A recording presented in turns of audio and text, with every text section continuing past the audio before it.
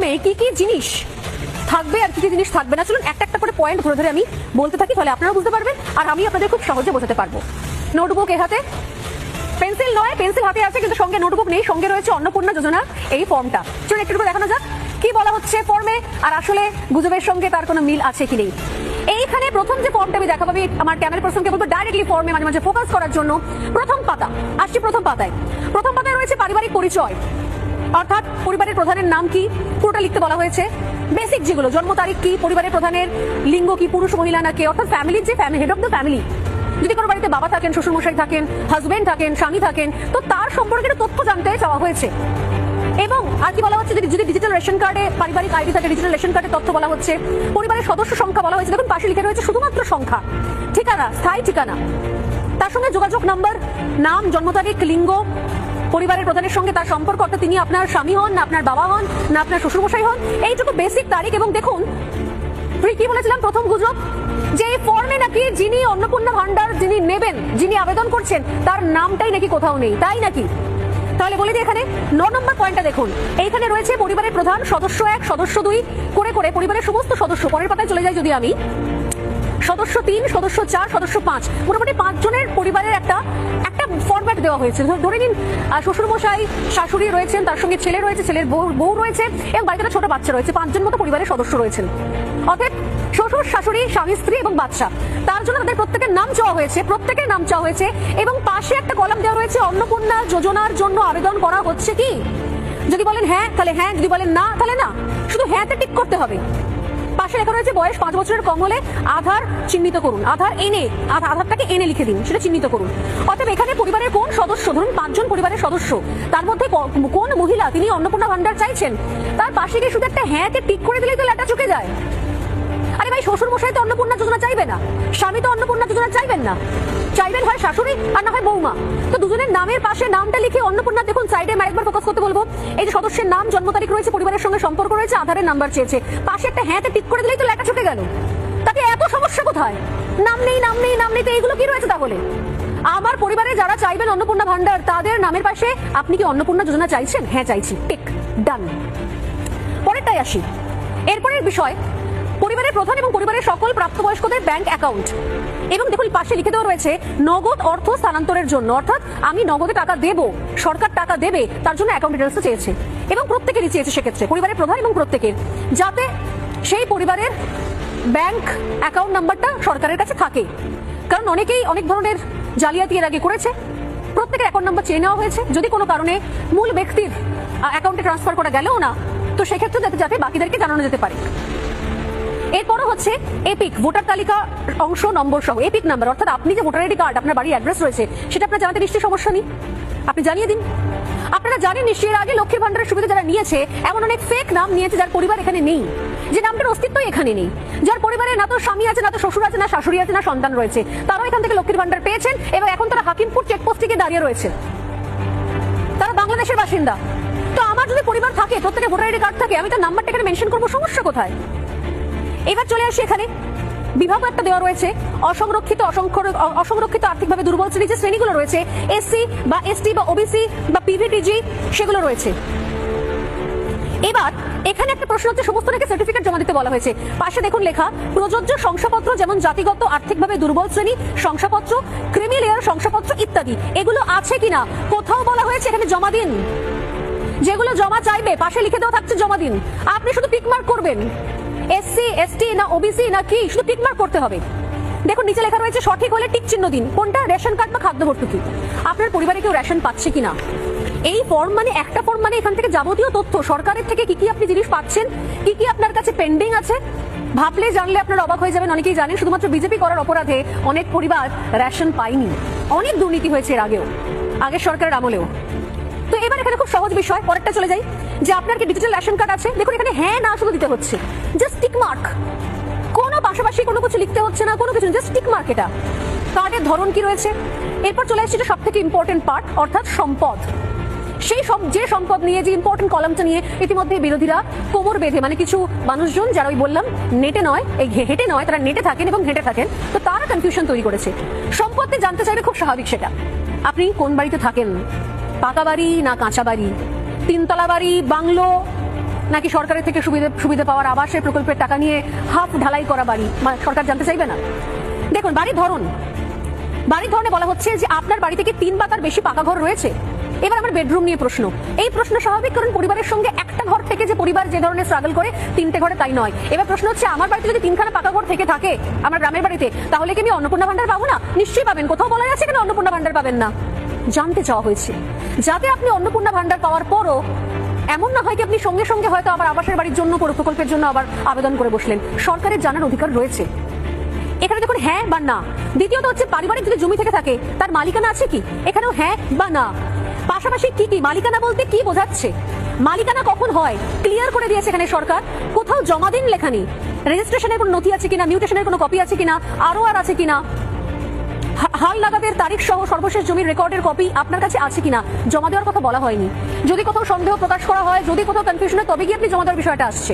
এগুলো মেনশন করা রয়েছে, এগুলো সঙ্গে আছে কিনা। রেজিস্ট্রেশনের নথি সর্বশেষ আর জমির নথি।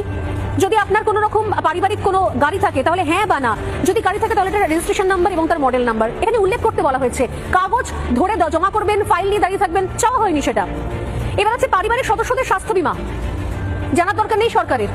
এরপরই তো আসবে এখানে আয়ুষ্মান ভারতের সুবিধা আসবে।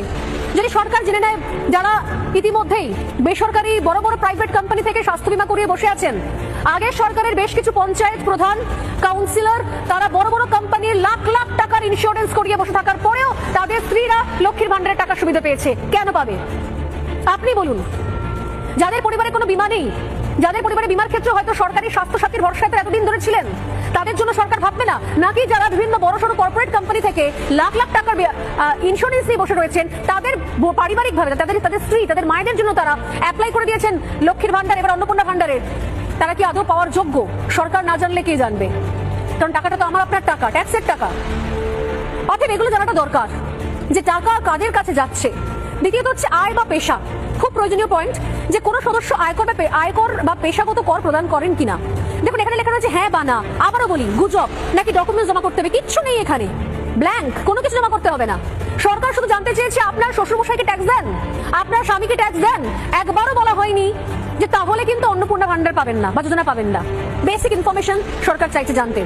পরিবারের সদস্যদের প্যান কার্ড যদি থাকে, দেখুন উপরেই লেখা রয়েছে হ্যাঁ, যদি হ্যাঁ হয় তাহলে নাম প্যান নাম্বার দিন, না হলে নাতে টিক করুন। এই যে না, টিক করে দিন।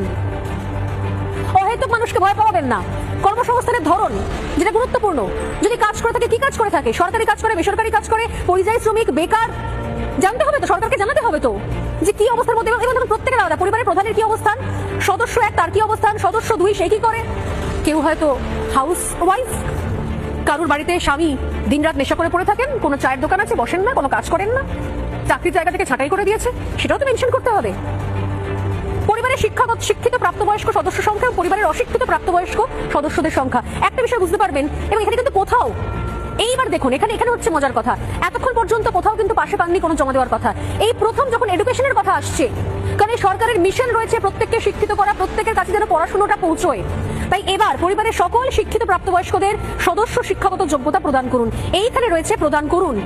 এতক্ষণ পর্যন্ত কিন্তু কোনো সার্টিফিকেট দেওয়ার কথা বলা নেই, প্রথম বলা হলো প্রদান করুন। এবার কে শিক্ষিত কে অশিক্ষিত কার সেটা মেনশন করতে হবে পরিবারের সবার। সরকারের জানার জায়গা রয়েছে যে এই পরিবারটা কি কি জিনিস সুবিধা পাচ্ছে প্রকল্প, এবং আদৌ লেখাপড়াটা শিখছে কিনা, শিক্ষিতের হার বাড়ছে কিনা। মাথায় রাখবেন যে এই সরকারের প্রকল্পের সুবিধা দেওয়ার এই প্রথম কোনো গুরুত্বপূর্ণ প্রকল্প যার ফর্ম এই মুহূর্তে দেওয়া হলো। সরকারের কাছে কিন্তু এই মুহূর্তে কোনো ডেটা নেই, এবং এই যে তথ্য দিচ্ছেন এখান থেকে কিন্তু একাধিক প্রকল্পের জন্য পরবর্তী রুটম্যাপ করতে পারবে সরকার। এবার চলে আসছি সব থেকে ইম্পর্টেন্ট পার্ট, যা নিয়ে এখন অনেক কনফিউশন তৈরি করার চেষ্টা করা হচ্ছে। কোন সদস্য কি কোনো সাংবিধানিক পদ, মন্ত্রী, সাংসদ, বিধায়ক, পৌর, স্থানীয় সংস্থা এগুলোর সঙ্গে যুক্ত রয়েছে, প্রাক্তন বা বর্তমান? এখানেও বলা হয়নি কি দেব না, জাস্ট জিজ্ঞাসা করা হয়েছে হ্যাঁ হলে হ্যাঁ, না হলে না। প্রয়োজনীয় সহায়ক নথি থাকলে জমা দিন, এখানে বলা হচ্ছে দেখুন জমা দিন। আগে তো বলা হয়নি ব্যাংকের নথি জমা দিন, জমির দলিল জমা দিন, বলা হয়নি তো, এখানে বলা হচ্ছে জমা দিন। যার বাড়িতে কেউ পলিটিক্স করছে, পদাধিকার মানে সেই পদাধিকারী, তার ডিটেলসটা কিন্তু এই মুহূর্তে লাগবে। এছাড়াও বেসিক জিনিস, পরিবারের মোট আয়, বার্ষিক আয়। এবার অন্যান্য প্রয়োজনীয় নথি, যদি সিএ আবেদন করে থাকে তাহলে তার জন্য সেই আবেদনের একটা কলাম রাখা রয়েছে। এবং এখানেও দেখুন কোনো কিছু জমা দিতে বলা হয়নি, আরেকটা গুজবে পর্দাফাশ করলাম।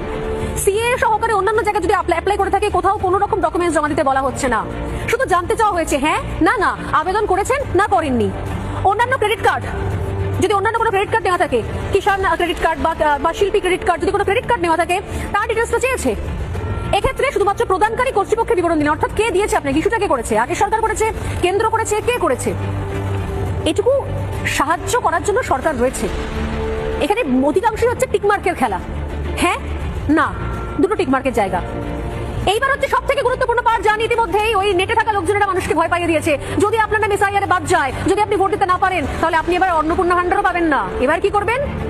ভোট দিতে পারলেন না, অন্নপূর্ণা ভান্ডারও পাবেন না। খুব ক্লিয়ারলি লেখা দেখুন, যদি এসআইআর এ 2026 নাম বাদ পড়ে থাকে এবং যদি মামলাটি ট্রাইব্যুনালে থাকে, তাহলেও সেটা সেই ডিটেলসটাও দিন। কোনো রকমের নির্দেশনা নেই, কোনো কিছু জমা দিতে হবে না তার জন্য। শুধু বলতে হবে যে হ্যাঁ আমার নামটা বাদ রয়েছে, টিকমার্ক, শুধু টিকমার্ক। যদি হ্যাঁ হয় তাহলে মামলার বিবরণ, যদি না হয় তাহলে না, ব্যাস এইটুকু। এবার রয়েছে শিশু। শিশুর কি কাজ?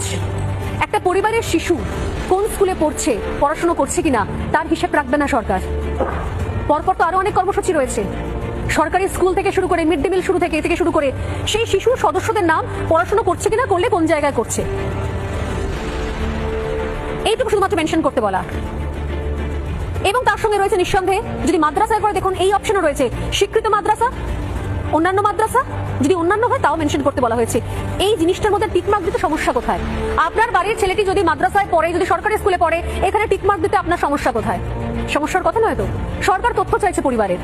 এমন তো হবে না রাকিবুল শেখের মতো কেউ লক্ষ্মীর ভান্ডার যেরকম পাচ্ছিল অন্নপূর্ণা ভান্ডার পেয়ে চলে যাবে, তার পরিবারের ছেলেদেরকে সবাই খারিজি মাদ্রাসায় পাঠিয়ে দেবে এবং তারা ওখানে ট্রেন লাইনে, খারিজি মাদ্রাসা তারা যাবে না কারণ ক্লাস হয় না সেখানে, তারা রেল লাইনে দাঁড়িয়ে থাকবে এবং যখন ট্রেন যাবে বন্দে ভারত পাথর ছুড়ে মারবে, তার পরিবার পেয়ে যাবে অন্নপূর্ণা ভান্ডারের সুবিধে। সরকার নজর রাখবে না? এতই সহজ? বারে বারে ঘুঘু তুমি খেয়ে যাও ধান, এটা তো হবে না। এই তথ্য সরকারকে জানাতে হবে, আপনি, আমি, আমরা সবাই জানাতে বাধ্য। এবং শিশুদের টিকাকরণের অবস্থান, যা অত্যন্ত জরুরি বিষয়। আকাশ থেকে পড়ছেন কেউ কেউ, ভ্যাকসিনেশনের সঙ্গে কি সম্পর্ক নেই। যে ভ্যাকসিনের জন্য, যে টিকার জন্য দীর্ঘদিন ধরে সমস্ত শাসক দল লড়াই করে গেছে, সেই টিকার কাগজ আপনারা সাবমিট করবেন না? সেই টিকার আছে কি নেই সরকার দেখবে না। এবং যদি হ্যাঁ হয় তাহলে সেই টিকার কার্ড, সেই তারিখটার লাস্ট তারিখ, টিকার তারিখ, টিকার কার্ড কিন্তু আছে কিনা জানতে চেয়েছে। জমা করার কথা বলা হয়নি, এখানেও বলছি কোথাও প্রদান করার কথা বলা হয়নি, জমা দেওয়ার কথা বলা হয়নি। আছে কি নেই সেটা আপনাদের জানাতে হবে। যদি সরকারের ডাউট হয়, সরকার তখন আপনাদেরকে জিজ্ঞাসা করবে, কিন্তু এখন কিছু জমা দিতে হচ্ছে না। এবার হচ্ছে আপনি কোন সরকারি প্রকল্পের সুবিধে ডিবিটির মাধ্যমে পাচ্ছেন কিনা, অর্থাৎ ডাইরেক্ট বেনিফিশিয়ারি ট্রান্সফার, তার মাধ্যমে পাচ্ছেন কিনা। কেন জানতে বলা হচ্ছে? সরকার নাকি ব্যাংকের সমস্ত তথ্য নিয়ে নিচ্ছে, ব্যাংকের সব ডিটেলস হাতিয়ে নিচ্ছে।